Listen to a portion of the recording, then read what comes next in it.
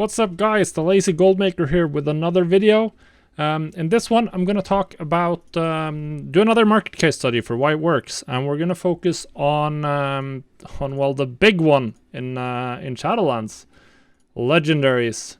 They've been the most profitable market by a by a massive margin in Shadowlands. They've been really the only way to make big gold in this expansion, as I'm sure many of you will be intimately familiar with.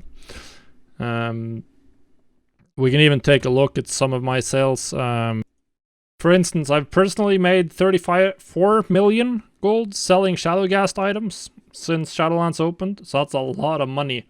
It's a lot of money. And why is there so much money in these items? Well, when we're considering this, there are two things we need to look at. The supply side and the demand side. So both of those things are going to have an impact on how profitable, how valuable an item is going to be. Now we'll take a look at the demand side first, which is, well, it's obvious for the legendaries. Base legendaries are needed to craft legendaries, which are literal best-in-slot items for every spec in the game. Every spec in the game wants to run a legendary. Many of them want to have multiple legendaries so they can swap out. They want one for raids, they want one for Mythic Plus, they want another for PvP, they want another if they're off-speccing on a fight or on a raid night or whatever. So people need legendaries. They feel like they need them, and the performance bonus from a legendary is very significant. It can be anywhere from a couple of percent extra to like 10-12% extra damage output, which is obviously huge. Obviously huge. Now, I've always found that power increasing items, anything that's consumables, gear, anything that makes you more powerful, those are going to be the most profitable items in the game to sell to other players. Not necessarily in terms of profit margin, but in terms of total money you can make from that item. This is what people really, really want to spend their money on. They really want to spend their money on upgrades, on things that make them powerful, on consumables, on anything that makes them stronger, do more damage, get higher on the meters, have a higher chance of killing the raid boss, all that jazz. That's what they want to spend their gold on. And in terms of demand, there's nothing that gets better than literal best-in-slot gear. That's like the absolute dream. That's the most thing people are most interested in spending gold on, because it's a permanent upgrade. Like once you have that legendary that's best-in-slot, you have that forever. Of course, you might have to upgrade it further down the line in 9.1, which is out right now. But it's still going to be the best item for you for a very, very long time. So once you get it, you don't have to rebuy it outside of recrafting legendaries for non-sharded domination sockets, but whatever. The other side of the coin is, of course, supply. If something is best in slot, but it would take you 1 minute to farm it, and anyone could go farm it in 1 minute, then the price on the auction house would obviously be low. It would be worthless, because even if it would be super strong, everyone would just go spend that 1 minute and get it themselves, rather than paying any sort of meaningful money for it. So items cannot sustain a high price if they're too easy to get, if they're too common relative to the demand. That's just how it is. For crafted items, this is, of course, we're looking at supply. And the supply for a crafted item is going to be the supply and availability of materials. That's going to have a large impact. How easy is it to get the materials? How many materials does it require? How much time would it take you to farm those materials? Because that's going to have a large impact on the price of those materials, of course. In some versions of the game, and for some crafted items in the past, you've had to jump through hoops to craft it. Maybe you have to go to a specific spot to melt dark iron bars. That's going to make those more expensive, because that's annoying and takes time. There's nothing like that in Shadowlands, though. Now, for high rank legendaries, you also have the effect of how easy or difficult is it to get the recipe. This is also very important. So for a very long time in the past, Vial of the Sands was one of the most profitable recipes in the game, because it was such an annoying farm to do.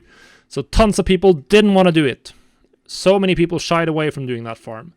And you could get very good profit margins on that item. It's a crafted unique mount, so a lot of people wanted it. So it was very, very good. For high rank legendaries, we have the whole 9 yards. We have everything. The recipes are not hard to obtain per se. Everyone knows how to get them. You just have to craft 15 of each rank. to get to the max rank. But the amount of gold needed to buy the materials to craft 15 of each for 3 ranks for every recipe, that's a lot of gold. As you can see, this is how much gold I've personally spent on Callous Hide since Shadowlands began. It's 50 million gold. And I haven't even been that hardcore in the leatherworking. Leatherworking has probably been my least active legendary market. 5 million gold on lightless silk, pretty much. This is well, Callous Hide is in a league of its own, of course.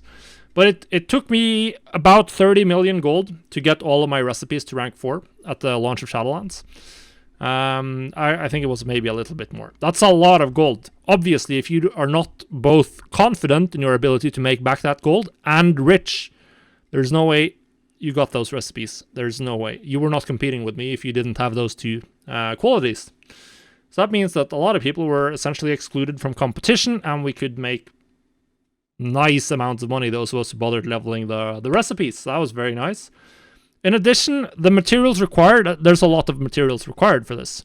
Farming enough for a rank 4 leatherworking legendary, that's going to take you a while to farm the leather required. And there's also some items that you can only buy from a vendor for gold. They prop up the price as well. All of this means that the more expensive an item is to craft, 10%, 15%, 20%, 30% extra profit, which is, I typically find that I can get profits in the 20 to 30% range for crafted items.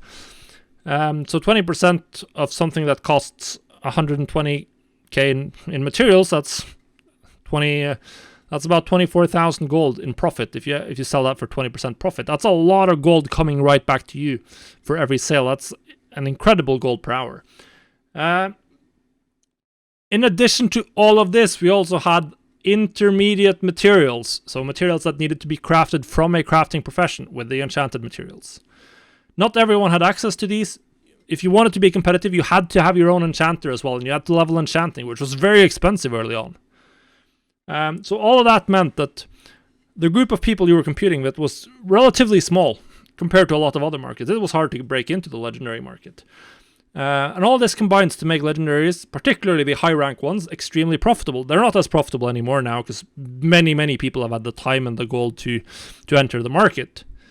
And demand has obviously gone down as most people have finished their most important rank 4s, and they're not willing to spend that much on their 5th legendary for obvious reasons, because they don't care that much about it. So if it's too expensive, then they'll just okay, whatever, I'll stick to rank 3 on my off spec, it doesn't matter. But you had everything. It was almost a perfect storm of everything you need to make a crafting market good. High barrier to entry, expensive materials, very expensive to enter, loads of extra annoying requirements like having an enchanter, leveling to 60 on all your crafters, having max rep or a goblin if you're a horde to get the rep discount on vendor materials, and just insane demand because it was literal best in slot items. So we had the perfect market, pretty much, and that's why legendaries have been so profitable, and that's why they'll continue to be profitable. Because most of the same things apply to rank 5s and 6. You still need to have leveled your recipes and spent a lot of gold on that. They still take a lot of materials. Quartzite crystal right now is very the hugely limiting factor for crafting rank 5s and 6s. And demand is still high. They're still best in slot, the rank 5s and 6s. So I still expect that we'll see the same with rank 5s and 6s being extremely profitable. And I think we can make a lot of money with this market in 9.1 as well, just as though we did now. I think once we get to 9.2, we'll see pretty much the same thing, unless they decide to decouple it from the base recipes. I think we can expect to make a lot of money with rank 5s and 6s down the line as well. So that's sort of it. We have this is the perfect microcosm of a market that's just perfect to make gold off of. So hopefully you've made money with it just like I have. Hopefully you're raring to go with 9.1 and the new legendaries. And we'll see you on the other side of our hopefully millions of gold in sales. If you're enjoying the video and the channel, leave a like, leave a comment down below, and we'll see you on the next video. Goodbye, guys.